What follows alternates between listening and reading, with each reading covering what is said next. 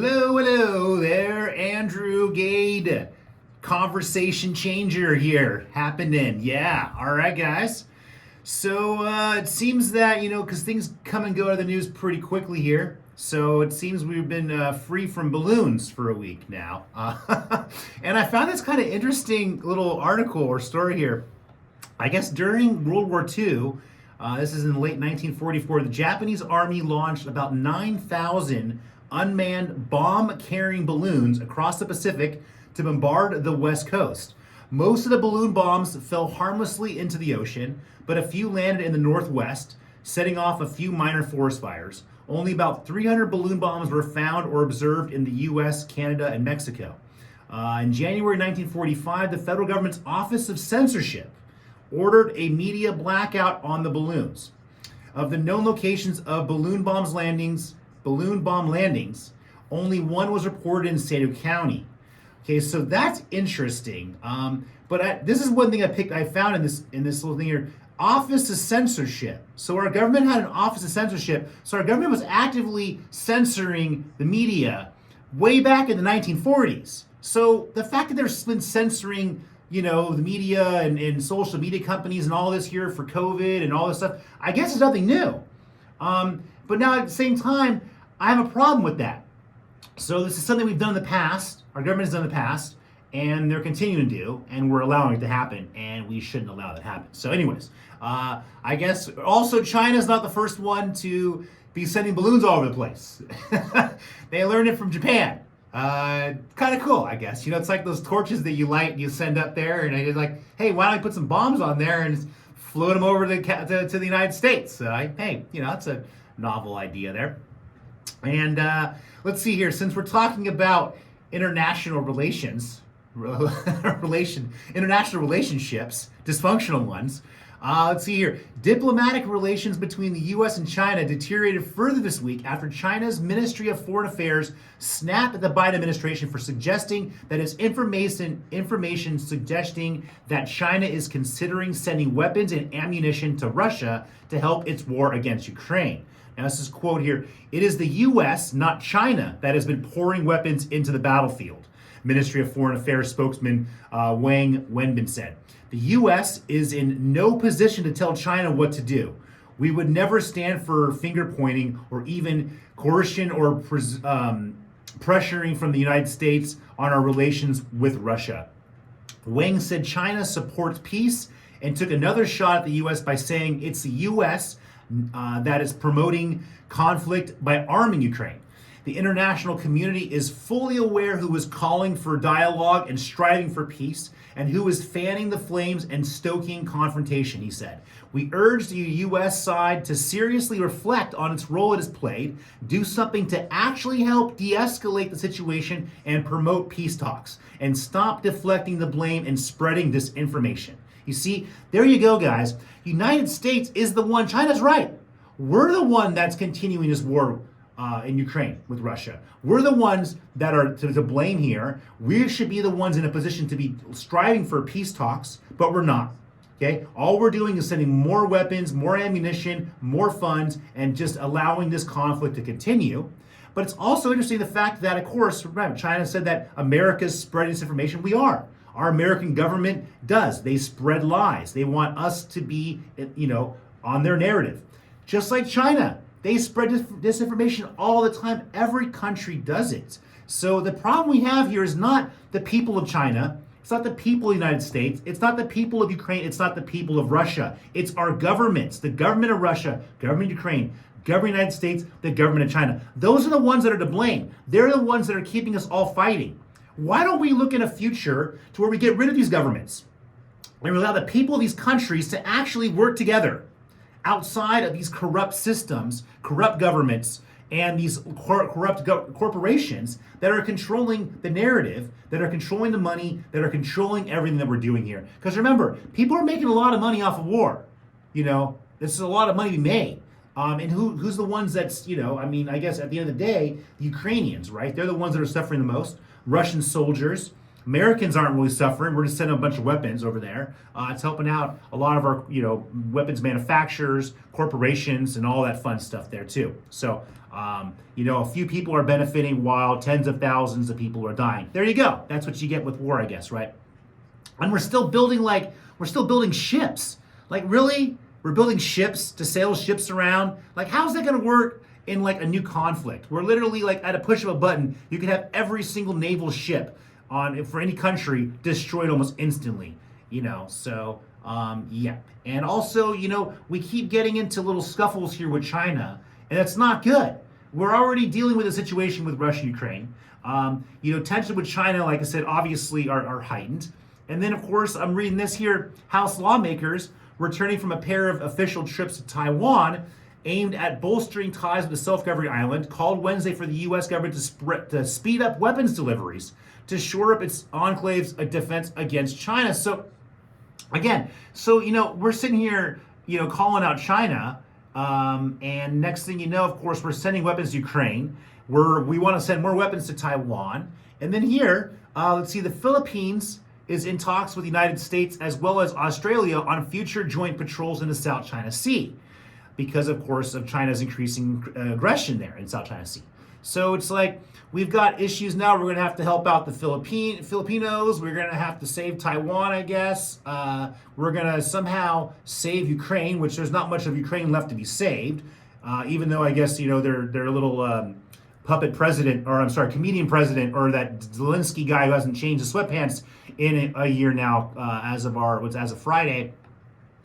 He said they're going to build the whole country back. But, I think one thing it was missing from talking about that, with what resources? Oh, you're going to want America to rebuild Ukraine for you. I get it. That makes total sense. And you know what? We're probably dumb enough to do it too.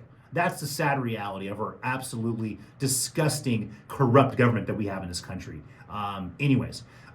Speaking of our government, Joe Biden and Vladimir Putin, they both have corrupt governments. At least Russia's a little more honest about its corruption and its mission and what it's looking to do.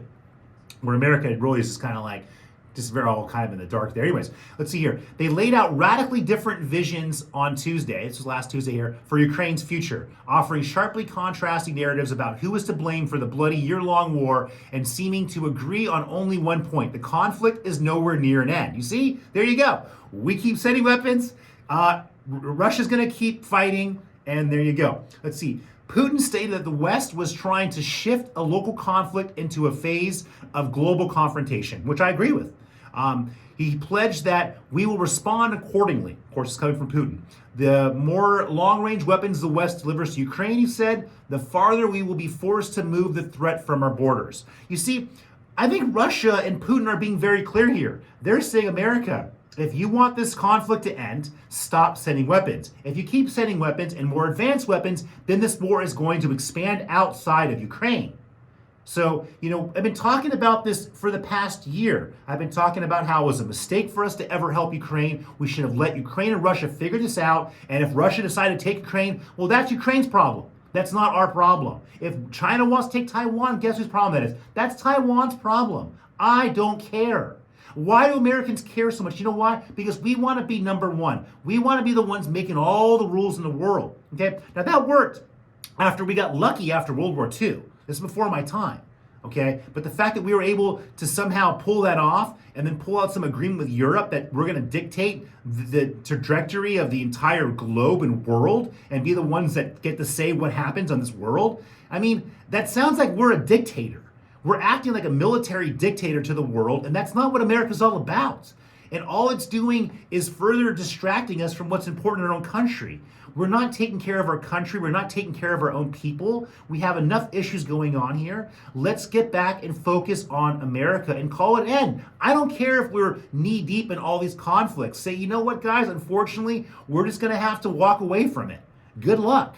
Now, unfortunately, as I say that, it's probably not going to happen, because we're talking about hundreds of billions, almost $1 trillion for our defense budget. So there's nowhere that's going to stop. And of course, all the corporations, all the people that are tied, everyone in our government that are all being paid off by the corporations, weapons manufacturers, oil, gas companies, and and pharmaceutical companies, all those fun ones, right? It seems like all of our conflicts come from those guys right there. Let's see, we had the pandemic, we got wars. That covers like 2/3 of them right there. Huh, interesting. A little correlation right there. And speaking of the silly flu, right? I call it the silly flu here. And I got a lot of gripe for that too over the years. People say, oh my gosh, Andrew, you're so insensitive. People die. And I'm like, people die all the time. People die from the flu too, Yeah. The silly flu was the one that we got sold as being something so different here. But let's see here. California Supreme Court struck down San Diego Unified School District's student COVID-19 vaccine mandate this week and affirmed an appeals court ruling that school districts cannot create their own vaccine mandates. Good. There you go. Because again, these school districts right now are doing so much to indoctrinate our kids. They're not actually teaching them much. I mean, it's relative, it seems. And of course, then they're going to mandate that they're going to have vaccines for all this fun stuff. I get there's certain vaccines, real vaccines, okay? Like the ones that we take when we're a little kid, ones that are actually important. And then there's these quote unquote, I'll call it quote unquote fake vaccines, the ones that you call a vaccine even though it's just a drug, a treatment, or a yearly shot, something like that. So good. That's good for them right there here. But here's the one that I read, and this one makes me kind of happy, only because it proves that I was right. And I'm right every once in a while. I'm wrong a lot too. Okay, there you go, because I'm human. And as a human, that's what happens with us. We're right sometimes, we're wrong sometimes. And we're either never wrong or never right if we never say anything or do anything. The Food and Drug Administration issued an emergency authorization for the first over-the-counter, at-home combination flu and COVID test on Friday. Combination test. So the test is going to pick up either COVID or the flu. So you're telling me that COVID is the flu, or if you're telling me that the flu is COVID. Or so now which one's which? So when I get the test, does it tell me that I got the flu or I have COVID? Or does it say I have one or the other? Or does it say that's the same thing? Because see, now all of a sudden, all this information's coming out that's saying that literally COVID was just the flu. Now remember, if you look at the deaths and all the numbers, the same amount of people died from COVID that normally die from the flu. Interesting. Anyways, again, that's just a bunch of misinformation, guys. Don't believe me. I'm not a medical expert. So anyways, guys, we're going to take a short break here, and we will catch you guys on the flip side.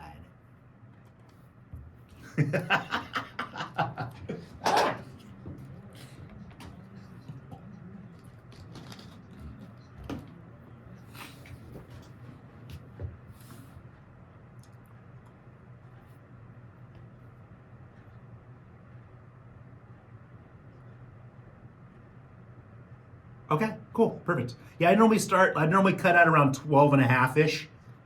Cool. Yeah, cool.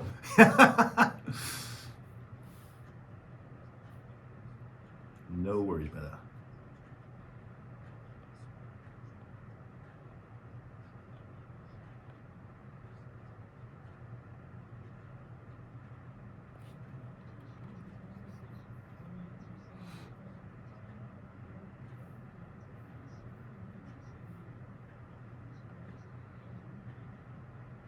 All right, yes, we're back from wherever we were gone to there. I don't know, probably some commercials, someone making some money here. I mean, because, someone's got to pay for all this, right? There's lights on here and microphones. And, of course, my producer, Joe, over here, he's got to get paid to come on a Saturday, too. On a rainy, ugly Saturday. Yeah. And I had to come here, too. I guess that's considered some work. It involved me driving up here and all that fun stuff. Oh, some more music there. All right, cool. We're still figuring this whole thing out here, so I don't mind it. I was just talking to Joe when I was coming in today here, and I was mentioning how it seems that life is a never-ending learning process. So that's could be a good or bad thing. I don't know if we'll ever get to the point where we have it all figured out here, because at the end of the day, actually, that's technically and theoretically impossible because things are constantly changing. So as soon as you were to potentially have everything figured out, within a millisecond, you wouldn't actually have everything figured out anymore because of things changing. So again, there you go. And maybe that's the point. Maybe we need to stop worrying about trying to figure everything out. Maybe we also have to accept the fact that there's certain things that we can't do anything about. We accept that with weather sometimes. Well, why don't we accept that when it comes to a lot of our international problems? Hey, well, I guess there's nothing we do about it. because at the end of the day, literally, there's a lot of times nothing we can do about it. So maybe it's a lesson that future generations can learn off of all the mistakes that our current generation and our older generations have been making, is that they keep trying to fix things and dictate what happens in other places around the world, and all that does is add to more conflict. Yes, and that's not good, because conflict doesn't solve any problems. No, it doesn't actually. It's like fighting, and then people keep on fighting and more fighting. The only thing that fighting, there's only one resolution to fighting in war. It's when everyone's dead and no one can fight anymore. Is that a good thing? I don't know. I mean, is everyone being dead better than not fighting? Or maybe even have everyone alive and not fight? That's an option. Throwing it out there. Moving a little closer to home here. I like this one here that I found here. Leaders of San Diego's beach neighborhoods have begun speaking and lobbying with a unified voice on controversial issues like beach bonfires, vacation rentals, crime in coastal parks, and street vendors on boardwalks. Calling themselves the Coastal Coalition, the leaders of several town councils and other voluntary organizations say they have more power when they fight together for policy changes that benefit all the city's coastal neighborhoods. And this is good, because San Diego has a bunch of small community. Most of the little local areas in San Diego have their community boards, their planning boards, things like that. And a lot of times, what's happening is, they're trying to get something accomplished, but they're just one small group. And what I've noticed, especially with California coming in, the county coming in here, trying to pretty much dictating what's happening in neighborhoods in San Diego and all over California, it's nice to see that some of these groups are actually teaming up together, getting these town councils together and speaking with a unified voice, because again, that's the only way that we're going to really be able to say, look, we no longer are okay with this. We want to start dictating and having more say over what's happening in our own neighborhoods. So I'm good. This is nice to see. Thank you guys for actually coming up with this Coastal Coalition, and we'll see if you guys can actually get anything done. That's the second step there. And of course, we can't get away from gas, natural gas, right? The good stuff there. And again, I think prices have come down. I don't know. They went way up. They've come way down. So, what's fine. Again, maybe we're not going to find out why that happened for a long time here. But I guess the sudden spike in natural gas prices that caused many San Diego Gas and Electric customers to see their January utility bills go through the roof has raised suspicions of market manipulation. Ah, really? Raised suspicions of manipulation. I'd say it's pretty much probably the case there. Gavin Newsom brought up the issue earlier this month when he requested the federal regulators launch an investigation, and veterans of California's political and energy arenas remember the aftermath of the state's energy crisis of 2000 and 2001, in which a slew of companies paid large settlements amid allegations of price gouging. So again, this would not be the first, or unfortunately probably the last time that we're going to get gouged here in California. I mean, remember, we are still paying the highest prices for gasoline. So I guess we're just going to look at natural gas, not gasoline. And we're also paying some of the highest gasoline taxes. And everyone's kind of getting all up in arms here about this mileage fee and things like that. Now, see, the situation when it comes to a mileage tax or mileage fee makes sense if we get rid of gas tax and get rid of registration fees, and we restructure the way that we do our registrations, and we collect money in California for road use. And we move to a system where it's actually mileage fee, and then you actually can make it to where you have like commercial drivers, truck drivers, things like that, paying a higher fee than your standard resident fees. Then you can also have it to where certain times of the day you pay higher fees and lower fees at different times. So you can actually discourage and encourage driving in and outside of more congested time periods. It's a model I created many years ago. So that's actually the future. As much as Republicans or Democrats or whoever wants to fight against this whole mileage fee, it's the future. The situation right now is we don't have the technology available when it comes to our systems, when it comes to our cars, to make it reasonable and feasible. So we're still decades away from that being a possibility, but we have to look at minimizing our taxes, not only the amount of them, but how many we have, and creating a system that actually makes sense, that works for actually making sure money is going to fixing our roads, but also making sure that it's not something that's crippling a lot of hardworking Californians and San Diegans who are just trying to get to work. And a couple other things here, talking about high prices. and talking about natural gas, right, which would be considered a utility of sorts. Several thousand protesters rallied in Moldova's capital Sunday to demand that the country's new pro-Western government fully cover citizens' winter heating bills amid a cost of living crisis and skyrocketing inflation. So, see, even across the world, okay, on the other side of the globe, people over there are having problems paying their heating bills and struggling with cost of living. So, the issues we have here in California and San Diego and America are not unique to us. Okay? We think that somehow our issues are unique. They're not unique at all. Okay? And if we start looking at that as more of a global issue, and we start working at it and look at what other people are doing and what works and what doesn't, maybe we could actually start addressing all these issues versus just sitting here and things getting worse and worse every single year. Under a new bill set to be read in Parliament this month, employers in Kenya might be blocked from contacting workers after hours or on weekends. It says here, quote, in the era of the virtual office, it is important to create laws to mark the shift from the physical office to protect mental health, avoid burnout, and ensure family time, he said. Several other countries, mostly in Europe, have laws protecting employees from being bothered by their bosses after work hours. France, famous for its 35-hour work week, pioneered such a law when in 2017 it granted workers the right to ignore work communications outside of working hours. So you see, they're doing more in Kenya about working on people's mental health and making sure people aren't overworking than we're doing here in America, in Kenya. I mean, in Europe, in France. Come on, America. You need to pick up your game, kindergartners.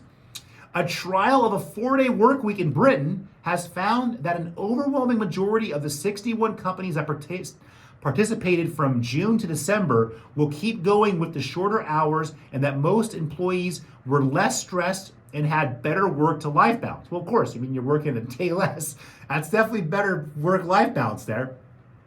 That was all while companies' reported revenue largely stayed the same during the trial period last year and even grew compared with the same 6 months a year earlier. Now, that last statistic there could be flawed because we're still coming out of this post-COVID recovery of whatever nonsense stuff is going on, right? But again, the fact that these companies have seen success with this, the employees are obviously happy, 4-day work week, better work-life balance. I like what I'm seeing here. Thank you, Britain. Now, again, something else America can learn from. Maybe we're working too much. We're moving around too much. See, if we move less, then we use less resources. Then we'll need less gasoline. There's less pollution. There's less stress. It's a good thing. Everyone can be happy. We can stop fighting with each other. Maybe America's so angry because we're working too much. Again, I don't know. Just throwing it out there. This one was kind of good. Here, Bernie Sanders, I've always kind of liked the guy. I mean, even though, it's funny, some of his ideas and thoughts here are kind of more linked into the older school, older thought, and an older system that's not so relevant. If me and Bernie Sanders were to work together, we could actually get a ton of stuff accomplished. I would actually feel that as far as a current person in the government, me and him, if we were to combine some of our ideas, and be more realistic about it and look more in the future, then we could get some good stuff done here. But Bernie Sanders says government should tax the robots that replace workers. It says here, if workers are going to be replaced by robots, as will be the case in many industries, we're going to need to adapt tax and regulatory policies to assure that the change does not simply become an excuse for race to the bottom profiteering by multinational corporations. The general idea behind a robot tax levied on firms that replace humans with robots is to disincentivize the practice and to cover the loss of revenue from payroll taxes when robots are used. Now, see, here you go. Bernie Sanders, you need to talk to Andrew Gay. See, if we restructure our tax system and no longer have payroll taxes and no longer have income tax, we don't have to worry about the tax side of robots replacing humans. But we have to think about the social issues with having robots replacing humans. What are people going to do? Okay, that's the problem. They're going to probably be getting into trouble, start doing drugs, start hanging on the streets. Again, so the idea is we need to incentivize having humans work. So maybe we need to move back to an old school model where we have just a lot less things going on, less robots. I mean, why do we need robots to do everything? Why are we trying to eliminate humans? If that's the plan, the case, the world will be happy. Planet Earth will be much happier. I mean, because we're destroying it. And arguably, a lot of this inflation is coming from the fact that we have higher demand. We have more humans using resources. The more humans that are using resources, that means the more expensive they're going to be, and we're going to have less of them. So, I mean, it's right there. I guess that explains a lot of things, but it's not. That's probably not the case, right? Because we're probably wrong with that. It has to do with something else. Because it can't be humans. It can't be too many humans utilizing and using resources. That could possibly be the case. But I wanted to leave off today with some good news. Okay, with some cooperation, collaboration, and where people working together. It's a good thing, right? Imagine us getting together. Russia launched a rescue ship on Friday for 2 cosmonauts and a NASA astronaut whose original ride home sprang a dangerous leak while parked at the International Space Station. So you see that? Russia and America are still working together to save 3 astronauts from dying in outer space. So maybe we could start with this and move forward. Anyways, guys, we're out of time as always. Love you guys out there. Change this conversation. We'll catch you guys next week.